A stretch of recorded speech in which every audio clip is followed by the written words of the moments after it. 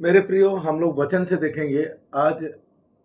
क्योंकि आप हो, आपका स्थिति जैसा है, आप हो सकता है आप कितने बार स्क्रॉल कर चुके होंगे, कितना यूट्यूब सर्च कर चुके होंगे कि आपका स्थिति, आपका प्रॉब्लम कैसे सॉल्व हो सकता है। मेरे प्रियो, जो प्रभु में है, जो मसीह में है, उनको पहला चीज ये समझने की आवश्यकता है कि वचन आपके बारे में क्या कहता है। तो वचन ये कहता है कि दूसरा तिमोथी 2:15 के अनुसार किंग जेम्स वर्जन में लिखा गया है कि वचन को भाग करो। जब तक आप भाग नहीं करोगे तब तक आपका समस्या जो है वो लगभग आप द्वंद में या कंफ्यूजन में रहोगे। तो मैं ये बताना चाहता हूं क्यों भाग करना जरूरी है, क्योंकि बाइबल में दो समुदाय के बारे में लिखा गया है। एक तो यहूदी और अन्य जाति है। तो अन्य जाति के बारे में बाइबल में केवल पौलुस को रखा गया था अन्य जाति के बीच में सेवा करने के लिए। पर हम लोग जो है, जो लोग मसीह में है, वो लोग को पता नहीं है ये विषय, और वो सारा बाइबल से जहां तहां से रेफरेंस अपने ऊपर लागू कर देते हैं, जिसके कारण उनके जीवन में उतार चढ़ाव होता है। तो अगर हम लोग देखेंगे इफिसी 2:2 का 11-12 को देखेंगे, अगर इस कारण स्मरण करो तुम जो शारीरिक रीति से अन्य जाति हो और जो लोग शरीर में हाथों के किए हुए खतना से खतना वाले कहलाते हैं, वो तुमको खतना रहित कहते हैं। तुम लोग उस समय मसीह से अलग और इस्राएल के प्रजा के पद से अलग किए हुए और प्रतिज्ञा की बाचाओं के भागीना थे और आशाहीन और जगत में ईश्वर रहित थे। तो अन्य जाति के लिए परमेश्वर की ओर से कोई भी प्रबंध, कोई भी योजना नहीं था। तो जब योजना नहीं था, प्लानिंग नहीं था, तो यहां पर लिखा गया है कि क्यों नहीं था? क्योंकि आप लोग खातना रहित हो, आप खातना वाले नहीं हो, आप खातना रहित हो। तो जितना जन प्रभु को विश्वास करते हैं, तुम लोग खातना रहित हो, खातना वाले नहीं हो।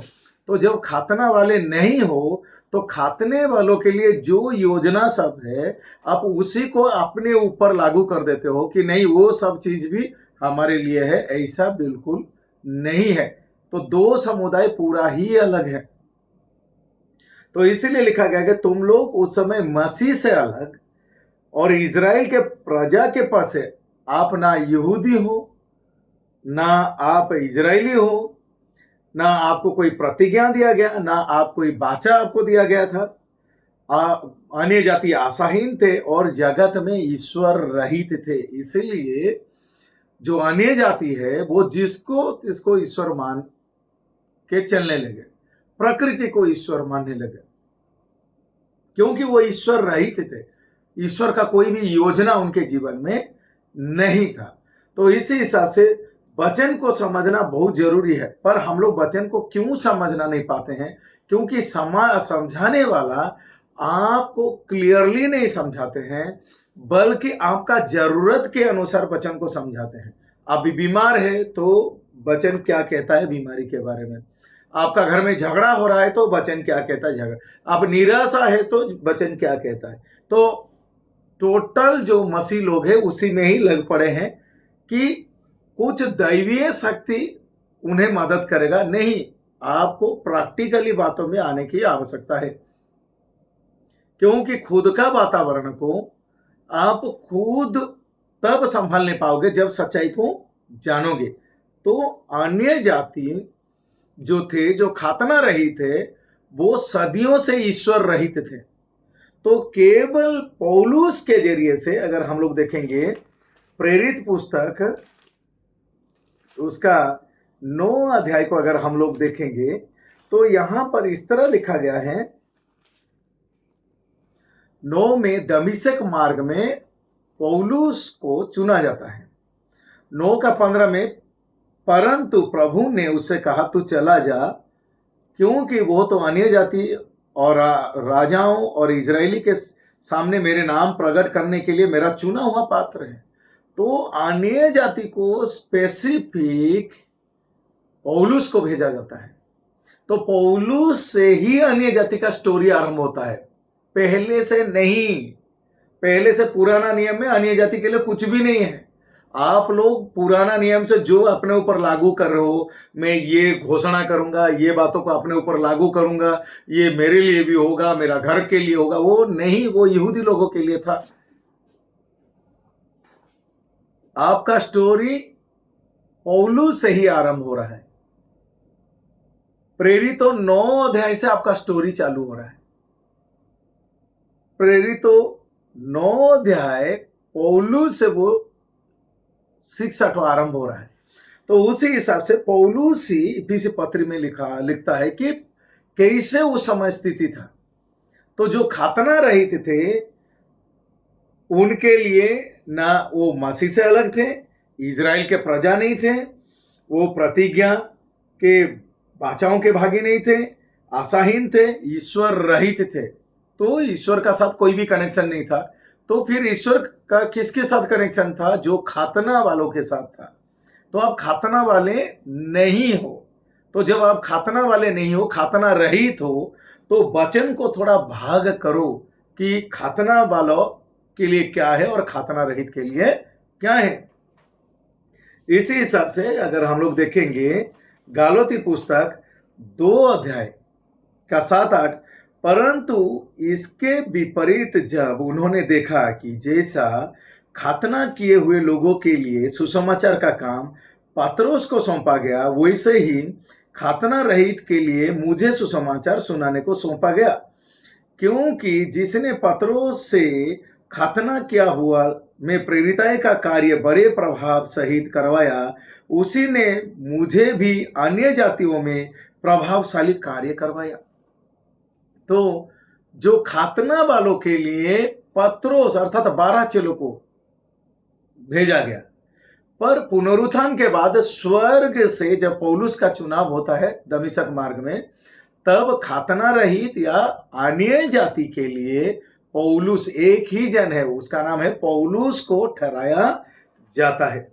इसी कारण रोमी पुस्तक 11:13 में लिखा गया, मैं तुम अन्य जाति से ये बात कहता हूं, जबकि मैं अन्य जाति के लिए प्रेरित हूं, तो मैं अपनी सेवा की बढ़ाई करता हूं।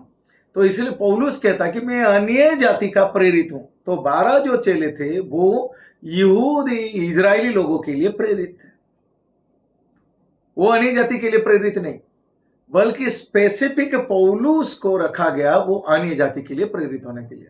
तो उसी के कारण जब तक आप भाग नहीं करेंगे बातों को, तब आपका जीवन में एक असंतुलन नहीं आएगा, क्योंकि आप जो जो चीज को सच्चाई मान बैठे हो उसको आपको देखना है कि वो यहूदी लोगों के लिए है कि अन्य जाति के लिए है, खातना वालों के लिए है कि खातना रहित वालों के लिए है। ये चीज को सबको समझने की आवश्यकता है। तो इसी हिसाब से अन्य जाति के लिए एक ही प्रेरित को ठहराया गया है, वो है पौलुस। पौलुस को छोड़कर, पौलुस के पत्रियों को छोड़कर अगर आप अपने को कहीं पर ढूंढ रहे हो, उत्पत्ति से लेके यूहन्ना तक या फिर इब्रानी से लेके प्रकाशित वाक्य तक, आप धोखे में हो, क्योंकि उत्पत्ति से लेके यूहन्ना तक वो यहूदी इजरायली लोगों के लिए है, इब्रानी से लेकर प्रकाशित वाक्य वो यहूदी इजरायली लोगों के लिए है, पर रोमी से फिलमोन अन्य जाति के लिए है, और प्रेरित पुस्तक जो है वो ट्रांजिशन है। ट्रांजिशन अर्थात यहूदी इजरायली लोगों से वो सेवा बंद होके अन्य जाति की ओर ट्रांसफर होता है पौलुस के जरिए से। तो जब देखा जाता है कि यहूदी इजराइल में विरोध होता है, मसीह का सेविका से जो सेविकाई विरोध होता है, पेंटिकोस्ट दिन में जो सेविकाई शुरू होता है वो विरोध होता है। बहुत लोगों का ये सोचना होगा कि नहीं, पेंटिकोस्ट दिन में सब कुछ शुरू हो गया। मैं आपको ये बात समझाना चाहूंगा, बहुत लोग प्रेरित तो 2 अध्याय को पकड़ के रखे हैं कि पेंटिकोस्ट दिन से सब चालू हो गया। नहीं, पेंटिकोस्ट दिन को अच्छा से समझिए, वहां पर केवल यहूदी इजरायली लोगों के ऊपर पवित्र आत्मा उतरा था। आपके लिए मैं पढ़ दे रहा हूं ताकि आपको सहज होगा। प्रेरित तो 2 अध्याय से, जब पेंतिकोस्त का दिन आया तब वे सब एक जगह इकट्ठे थे। एकाएक आकाश से बड़ी आंधी, किसी सनसनाहट का शब्द हुआ और उसमें सारा घर जहां बैठे थे गूंज गया, और उन्हें आग की सी जीभ फटती हुई दिखाई दी और उनमें से हर एक पर आ ठहरी। वे सब पवित्र आत्मा से भर गए और जिस प्रकार आत्मा ने उन्हें बोलने की सामर्थ्य दी वे अन्य अन्य भाषा में बोलने लगे। आकाश के नीचे की हर एक जाति में से भक्त यहूदी यरूशलेम में रहते थे। तो यहां पर लिखा गया है कि यहूदी, भक्त यहूदी तो यरूशलेम में रहते थे, तो यहूदी लोग थे, यहूदी लोगों के ऊपर। फिर वो कौन सी बातों को बता रहा है? प्रेरित तो 2 अध्याय में अगर देखेंगे वो 2:14 में, तब पत्रोस उन 11 के साथ खड़ा हुआ, तो खड़ा होकर क्या बोलने लगा? 16 में, परंतु ये वो बात है जो जोएल भविष्यवक्ता के द्वारा कहा गया था। तो यहां पर वो बोल रहा है कि भविष्यवक्ताओं के द्वारा ये लिखा गया है, पर पौलुस को जो दिया गया है वो भविष्य वाणी का सेविकाई नहीं गया था, उसे भेद का सेविकाई दिया गया है।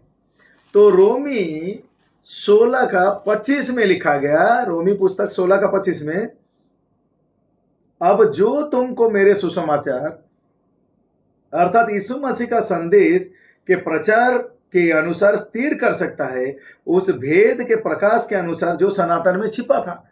तो पौलुस जो सुसमाचार प्रचार कर रहा है, पौलुस कहता है कि यह सनातन से छिपा था। तो पौलुस पत्रोस लोगों के तरह ये नहीं बोल रहा है कि पहले जो भविष्यवाणी था वो पूरा हो रहा है, पर पौलुस कहता है कि मुझे जो सुसमाचार मिला वो भेद का, वो मिस्ट्री का है, वो रहस्य का, पहले किसी को पता नहीं था, सनातन समय से छिपा था। उसके बाद उसका प्रेरित तो 2:17 से अगर हम लोग पढ़ेंगे, परमेश्वर कहता है कि अंत के दिनों में ऐसा होगा, मैं अपना आत्मा सब मनुष्य पर उंडलूंगा और तेरे बेटे और तेरी बेटियां भविष्यवाणी करेगी और तुम्हारे जवान दर्शन देखेंगे और तुम्हारे पुरनियों स्वप्न देखेंगे।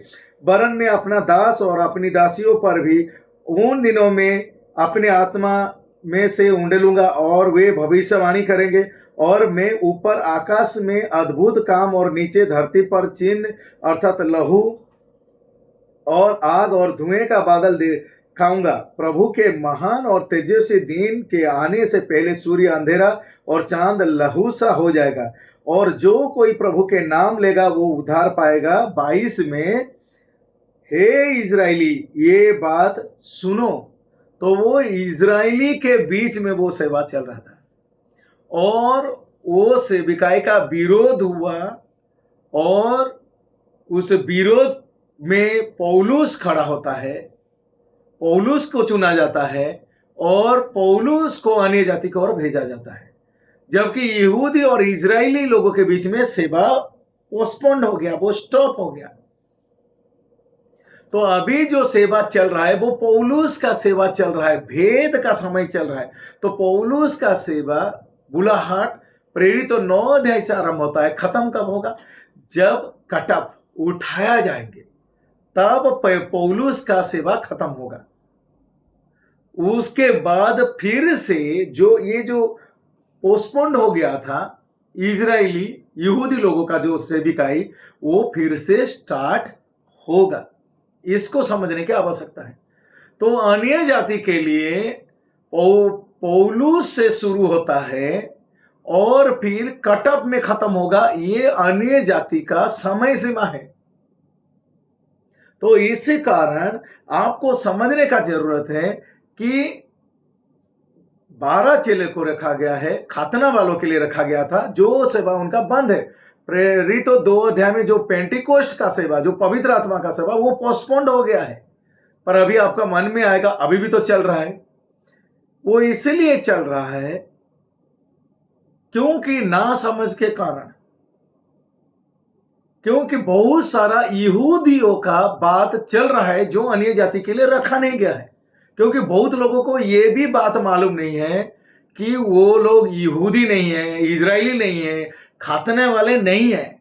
तो वो खातने वालों का, यहूदी लोगों का सिस्टम को अडॉप्ट किए हैं, चीन चंगाई मिराकल, जो कि वहां पर वो सेविकाई विरोध हुआ और बंद हो गया, पर अन्य जाति के लिए भिन्न रखा गया है और कोई समझना ही नहीं चाहते हैं, क्योंकि सबको लगता है कि प्रभु यीशु मसीह क्रूस पर बलिदान हुए, उसके बाद पवित्र आत्मा आया, तो उसके बाद सब कोई उसी को फोकस करके चलेंगे। जबकि प्रेरित तो 9 अध्याय में सेवा बदल जाता है, वो अन्य जाति की ओर जाता है, और जो सेवा पेंटिकोस्ट दिन में शुरू हुआ था वो पोस्टपोन्ड हो गया है। इसी कारण आपको समझना चाहिए कि खातना वालों का सेविकाई जो चल रहा है अभी, जो प्रचार कर रहा है, ना वो खातना किया है, ना सुनने वाला खातना किया है, ना ऑर्गेनाइजिंग टीम खातना किए हैं। ये खातना रहित वाले सब वो क्या कर रहे हैं, जो यहूदी लोगों के लिए दिया गया था वही चीज को कर रहे हैं। फिर आपका मन में आएगा इतना बड़ा बड़ा मिरेकल हो रहा है, चीन चंगाई हो रहा है, क्यों ये सब चीज आपका मन में क्यों इतना कंफ्यूजन डाउट आ रहा है? क्योंकि आपने वचन को सही से नहीं समझा। क्योंकि प्रभु यीशु मसीह जब भी उनका सेविकाई था, तुम्हारा विश्वास ने तुम्हारे लिए चंगाई किया। तो मनुष्य का अंदर जो विश्वास है वो किसी को भी मानेगा चंगाई होगा, वो पेड़ को भी मानेगा, पत्थर को भी मानेगा, पानी को भी वो किसी को भी मानेगा चंगाई होता है, और सब समुदाय में होता है, केवल क्रिश्चियनिटी में नहीं है। ये द्वंद्व में मत रहो कि केवल ईसाई लोगों में ही चमत्कार होता है, जो कि आपका विचारों में डाल दिया गया है। पर फिर क्या बात बाइबल बताता है? बाइबल ये बातों को समझाता है कि प्रेरित पौलुस से अन्य जाति के लिए दूसरा सेवा आरंभ किया गया, जो भेद की सेवा है। तो वो यहूदी लोगों के साथ उसको मिक्स नहीं किया गया। यहूदी लोगों के तरह ये नहीं बोला गया अन्य जाति को खातना करो, पर कोई खातना नहीं कर रहा है। क्यों नहीं कर रहे हो खातना? क्योंकि तब आपको लगता है कि नहीं, वो यहूदी लोगों के लिए था। इसलिए पौलुस का बातों को आपको समझना जरूरी है, क्योंकि एक ही जन जो पौलुस है वो अन्य जाति के लिए रखा गया। इसी हिसाब से हम लोग देखते हैं पौलुस और क्या बातों को बोलते हैं,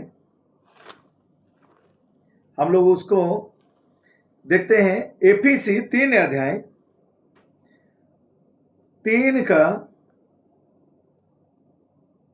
1 में, इस कारण में पौलुस जो तुम अन्य जाति के लिए मसीह यीशु में बंदी हूं। तो पौलुस कहता है कि मैं तुम अन्य जाति के लिए मुझे ही रखा गया है। उसके 9 में, इफिसी 3 का 9 में, और सब पर यह बात प्रकाशित करूं कि उस भेद का प्रबंध क्या है जो सबके सृजनहार परमेश्वर आदि में गुप्त रखा था। तो पहले से ही गुप्त रखा गया था जो बातें, वही बात पौलुस को प्रकट हुआ। इसलिए पौलुस का जो मिनिस्ट्री है वो अन्य जाति के लिए रखा गया और भेद का बात रखा गया। तो वो पत्रोस के तरह ये नहीं बातों को बोल रहा है कि पहले से ऐसा बोला गया था, नहीं, वो भविष्यवाणी का सेवा नहीं कर रहा है, वो भेद या मिस्ट्री का वो सेवा कर रहा है। तो इसीलिए जो अन्य जाति है, मैं उनको उत्साहित करना चाहता हूं, समय रहते ही समझ लीजिए, क्योंकि हमारे लिए पौलुस को दिया गया, हम अन्य जाति है, खतना रहित है, हमें भेद दिया गया। तो इसी हिसाब से हम जब ये बात को समझ लेते हैं, तब हमें आसान होता है, हमारा जीवन में स्थिरता आएगा। नहीं तो आप भटकते रहोगे और आखिरी में आप खुद ही खुद कहीं ना कहीं फंस के संतुष्टि हो जाओगे, जबकि आपको वचन की ओर आना है। आपका प्रेरित, जो रोमी 11 का 13 में लिखा गया कि मैं अन्य जाति का प्रेरित हूं, आपका प्रेरित की ओर आपको लौटना है। आपका प्रेरित, अन्य जाति का प्रेरित पौलुस, 13 पुस्तक में क्या लिखा है रोमी से फिलमोन, आप देखिए, तब आप जानेंगे कि आपके लिए क्या रखा गया है।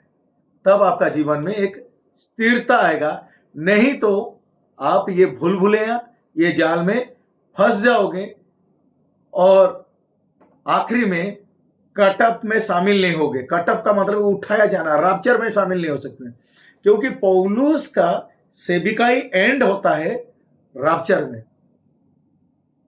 तो आप पौलुस को ही नहीं इग्नोर करके जहां तहां से मिलावटी कर दोगे तो फिर आप रैप्चर में शामिल नहीं हो सकते, क्योंकि आप कंफ्यूज हो। इसलिए कंफ्यूज ना हो, सत्य को समझो। यहूदी लोगों का जो सत्य है यहूदी लोगों को जाने दो, आपके लिए जो सत्य है ग्रहण करो और परमेश्वर का योजना को काम करने दो। तब आपका हर बातों में एक बैलेंस हो जाएगा, एक स्थिरता आएगा। धन्यवाद।